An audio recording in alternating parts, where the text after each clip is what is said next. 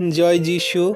প্রভুর বাক্য বলে, যাকব 1:19-20 পদ, হে আমার প্রিয় ভাতৃগণ, তোমরা ইহা জ্ঞাত আছো, কিন্তু তোমাদের প্রত্যেকজন শ্রবণে সত্বর, কথনে ধীর, ক্রোধে ধীর হউক, কারণ মনুষ্যের ক্রোধ ঈশ্বরের ধার্মিকতার অনুষ্ঠান করে না। হালেলুইয়া। তাহলে বিশ্বাসী সন্তানরা দেখুন, এখানে কত সুন্দররূপে বাক্য আমাদেরকে জানিয়ে দিচ্ছে যে, হে আমার প্রিয় খ্রিস্ট বিশ্বাসী সন্তানরা, প্রভুতে থাকা সন্তানেরা, তোমরা এই সমস্ত কথা তো জানো, তাও তোমাদেরকে আরেকটি বার স্মরণ করিয়ে দিই। তোমরা বোঝো, জানো এবং সেই মতো কার্য করো।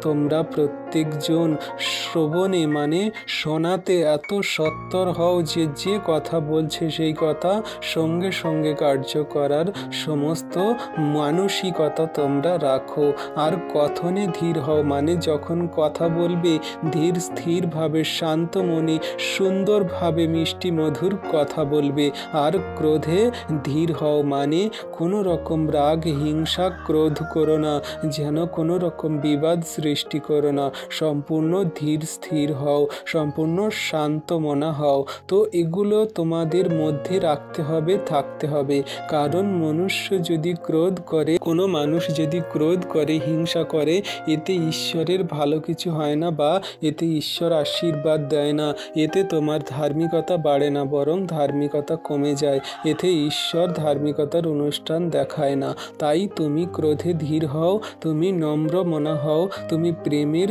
মিষ্টি মধুর কথা বলো, শান্ত হও, আর যে কথা সকল বলে সেই কথনে সত্বর হও। তো এইগুলো আমাদের মনে রাখতে হবে, করতে হবে।